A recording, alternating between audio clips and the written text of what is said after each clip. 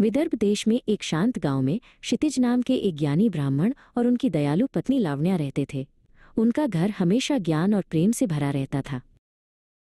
उनकी एक प्यारी बेटी थी जिसका नाम धृति था। दुर्भाग्य से धृति के पति का निधन हो गया था और वो अपने माता पिता के पास वापस आ गई थी। कुछ समय बाद धृति के शरीर में एक अजीब सी बीमारी फैलने लगी जिससे उसे बहुत कष्ट हो रहा था। उसकी मां लावण्या ये देखकर बहुत चिंतित हो गई। लावण्या ने ये बात अपने पति क्षितिज को बताई। क्षितिज ने अपनी बेटी की पीड़ा देखकर गहन समाधि लगाई ताकि वो इस बीमारी का कारण जान सके। उनकी समाधि में उन्हें एक दिव्य दर्शन हुआ। समुद्र मंथन से अमृत कलश लेकर प्रकट हुए देवताओं के वैद्य ऋषि धन्वंतरी उनके सामने आए।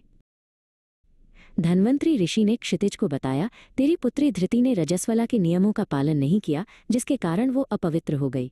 इसी अपवित्रता के कारण उसके पति की मृत्यु हुई और अब यही उसकी मृत्यु का कारण बन सकती है।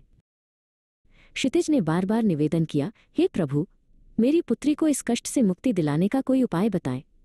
धन्वंतरी ऋषि ने दयापूर्वक कहा, भाद्रपद शुक्ल पंचमी के दिन सूर्योदय से पहले उठकर स्नान करो, पवित्र होकर सप्त ऋषियों का आह्वान करो, विधिपूर्वक उनकी स्थापना करो और उन्हें भोग व भावना समर्पण करो। फिर उनके समक्ष रजस्वला के नियमों का पालन करने का संकल्प लो। ऐसा करने से वो पुनः स्वस्थ हो जाएगी।